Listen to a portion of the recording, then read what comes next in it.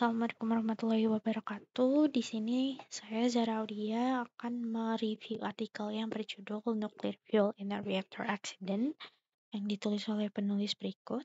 Dan yang perlu di-highlight pada kecelakaan reaktor kali ini adalah kecelakaan reaktor pada saat um, teras reaktornya itu mengalami pelelehan. Dimana yang bakal ditinjau adalah bagaimana kondisi bahan bakar nuklirnya, dan juga bagaimana interaksi bahan bakar nuklir dengan environment-nya atau dengan lingkungannya. Nah, di sini seperti yang kita tahu bahwa bahan bakar nuklir itu didesain untuk bisa beroperasi pada kondisi yang ekstrim, contohnya pada kondisi-kondisi kecelakaan. Juga dia perlu beroperasi dengan baik pada kondisi normalnya. Nah, yang em, pada reaktor ini biasanya digunakan uranium dioksida sebagai bahan bakar nuklirnya, yang mana uranium dioksida itu dipilih karena dia memiliki titik didih yang tinggi, titik lelah yang tinggi, dan juga dia memiliki konduktivitas termal yang tinggi juga. Nah, berdasarkan kondisi bahan bakar ini bisa dibedakan jadi dua, yakni yang pertama itu bahan bakar fresh atau ketika bahan bakar ini belum teriradiasi, dan kedua itu bahan bakar yang sudah digunakan atau bahan bakar sisaan atau bahan bakar yang telah teriradiasi. Nah, tentunya pada saat reaksi di reaktor itu berlangsung, di dalam reaktor itu berlangsung, terjadi perubahan bahan bakarnya, komposisi bahan bakarnya. Contohnya saja pada saat di dalam bahan bakar uranium dioksida ini kan terdiri dari isotop uranium dengan berbagai pengayaan. Contohnya itu ada uranium 235 yang mana kalau misalkan ada neutron mengalami interaksi dengan neutron, uranium 235 tersebut akan mengalami reaksi fisi dan akan terpecah atau terbelah menjadi isotop-isotop lain yang lebih ringan. Nah, dan ada juga uranium 235 yang mana jika uranium 235 itu berinteraksi dengan neutron, dia akan berubah menjadi unsur-unsur transuranium lainnya seperti plutonium dan aktinida yang lebih tingginya lagi. Nah,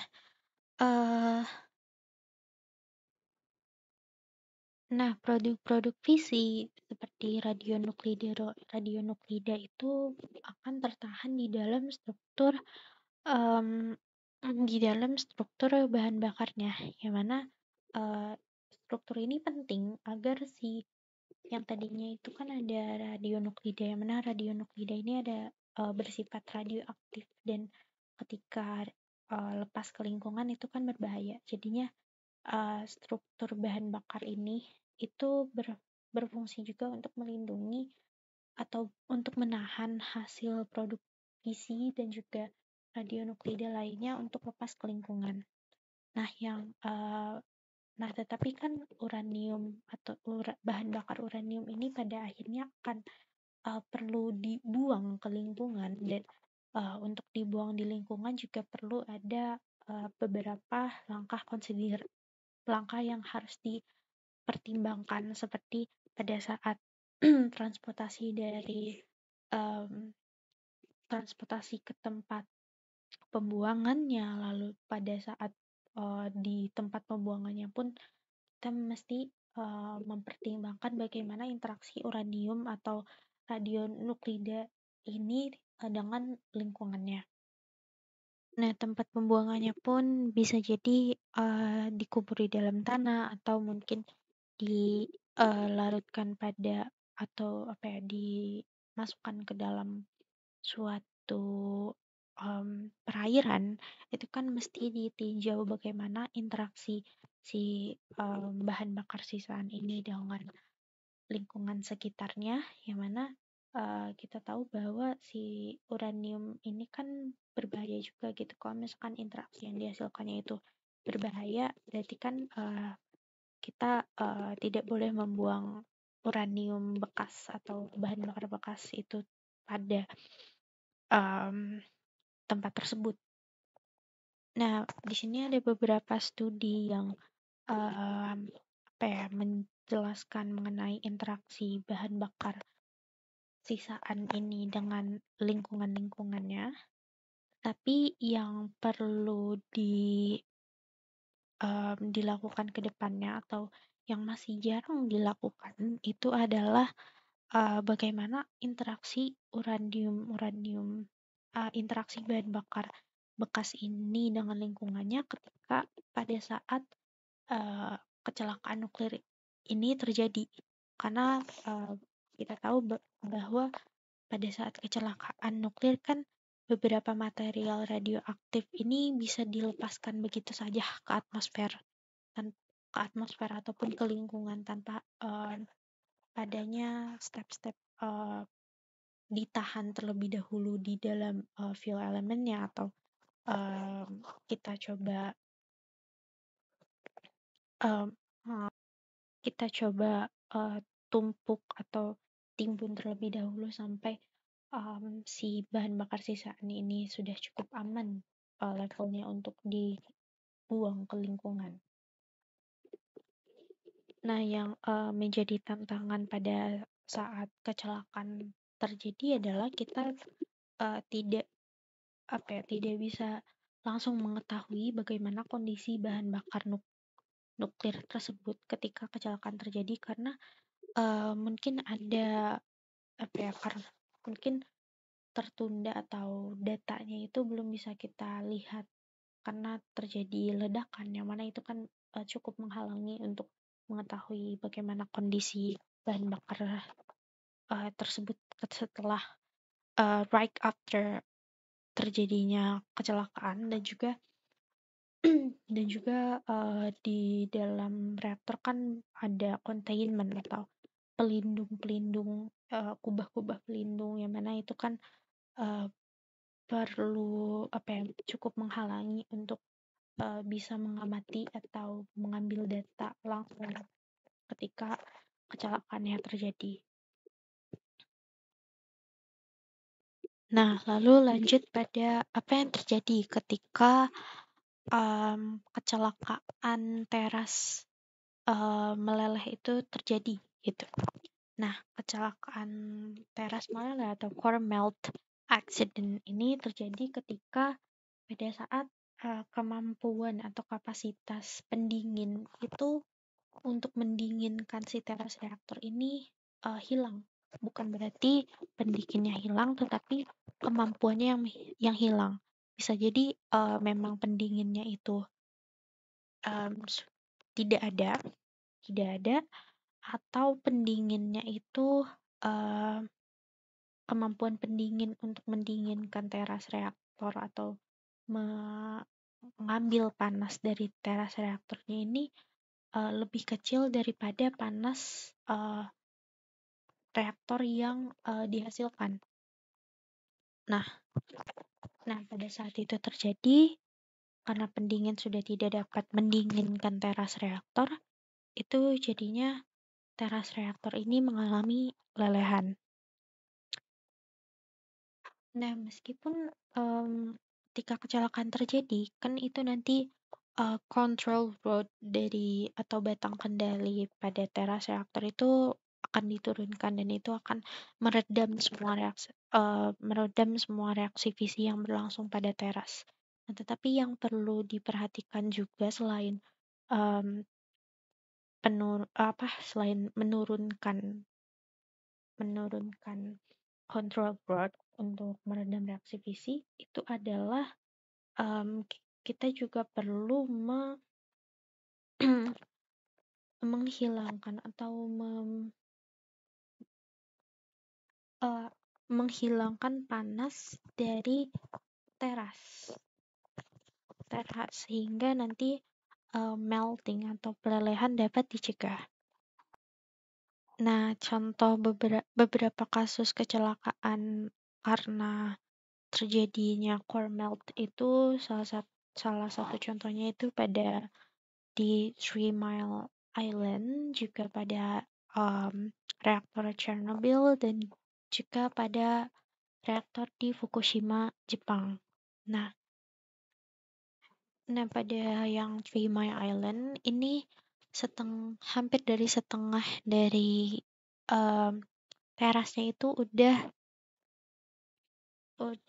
mengalami kelelehan, yang mana itu kan jadi apa ya, reaktornya tuh jadi,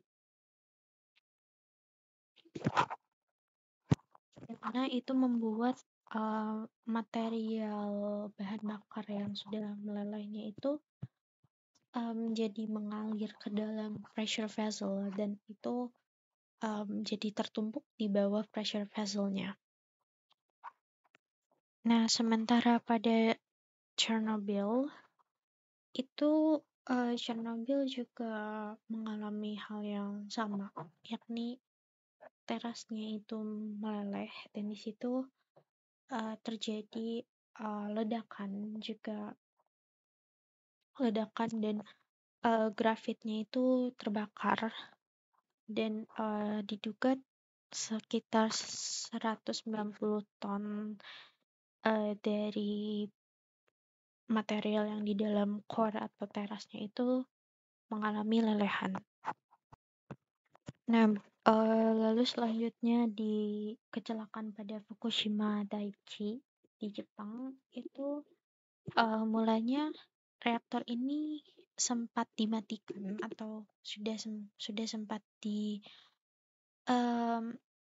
control roadnya sudah diamankan untuk meredam semua reaksi fisinya, tetapi pada saat ketika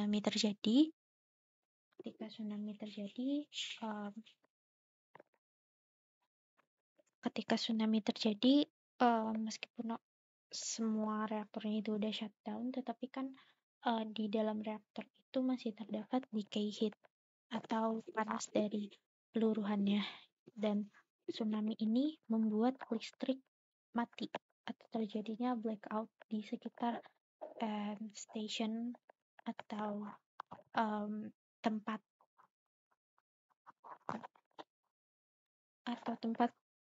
power plant tersebut berada gitu.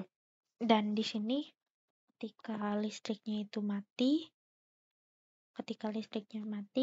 sehingga pendingin tidak bisa dialirkan lagi, dan disitulah terjadi kekurangan cooling atau kekurangan pendingin yang membuat teras menjadi meleleh, dan dia terakumulasi di pressure vessel.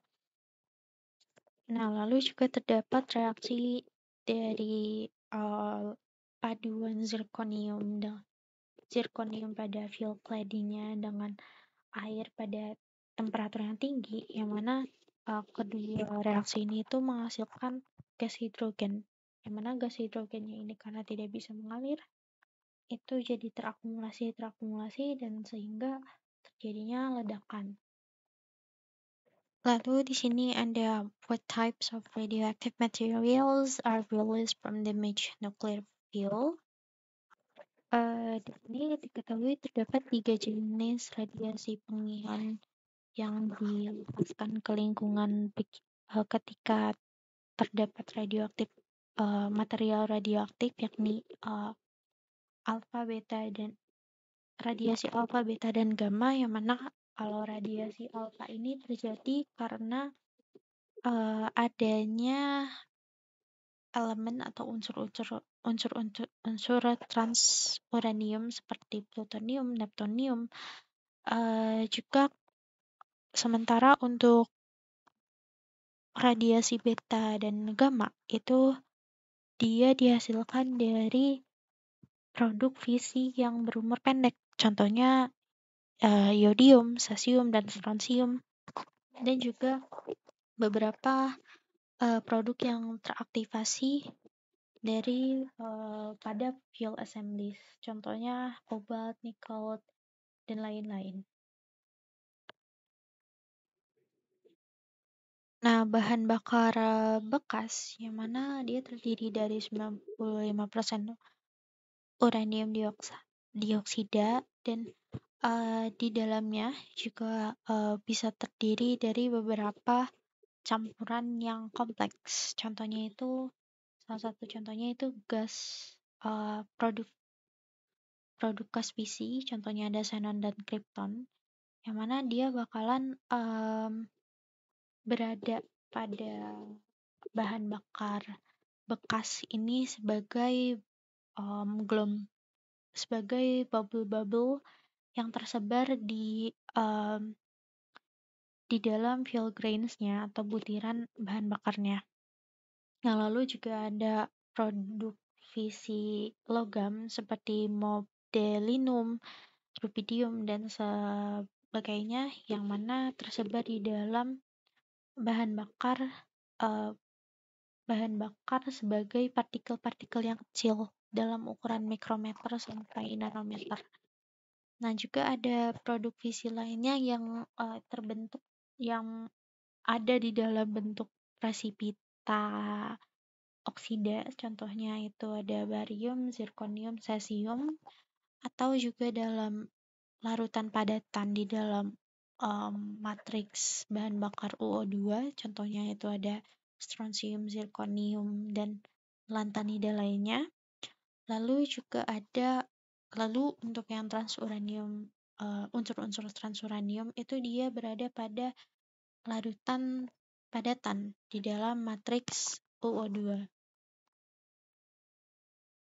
Nah, untuk lebih jelasnya di sini ada penampang lintang dari fuel element, yang mana kalau misalkan kita perbesar di sebelah sini, di sini ada beberapa produk fisi yang mana dalam bentuk gas, dalam bentuk logam, ada juga dalam bentuk presipita oksida, dan lain-lainnya. Nah, lalu di hasil dari atau yang ada pada bahan bakar nuklir bekas ini pun terdapat unsur-unsur yang bersifat volatil atau unsur tersebut mudah untuk menguap. Nah, di sini unsur-unsur volatil ini dapat masuk ke dalam grain boundaries, yang mana ia pun dapat juga bergerak pada atau mengisi celah-celah yang ada di antara fuel pelletnya yang di sebelah sini dan fuel claddingnya. Nah, nah unsur-unsur volatil yang masuk ke dalam area-area tersebut itu membuat burn up di dalam teras itu jadi tidak seragam. Yang mana karena burn up di teras ini tidak seragam, itu membuat konsentrasi plutonium-239 di dalam teras ini jadi meningkat pada ujung-ujung pelletnya atau ujung-ujung yang sebelah sini, dan itu membuat ukuran grain itu menjadi tereduksi, juga terjadi poligonisasi butiran pada uranium dioksida dan juga porositas yang meningkat. Lalu selanjutnya bagaimana bahan bakar yang teriradiasi ini berinteraksi dengan air. Nah, banyak radionuklida itu dapat terlarut di dalam air. Dan air di sini juga bisa berperan sebagai bisa melarutkan fuel rod atau fuel matrix, yang mana kan kedua ini itu untuk menahan radionuklida dan produk-produk fisi lainnya untuk keluar ke lingkungan.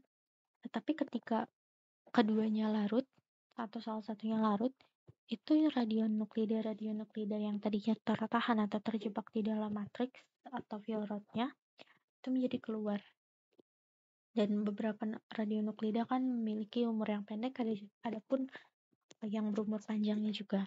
Nah, yang perlu diperhatikan adalah ketika radionuklidanya tersebut merupakan radionuklida yang aktif redox, yang mana maksudnya adalah radionuklida ini bisa mengalami reaksi reduksi dan oksidasi. Dan ketika state atau keadaan oksidasinya itu meningkat, itu dikatakan bahwa hal tersebut dapat membuat solubilitas atau kemampuan ia larut di dalam satu larutan itu makin tinggi.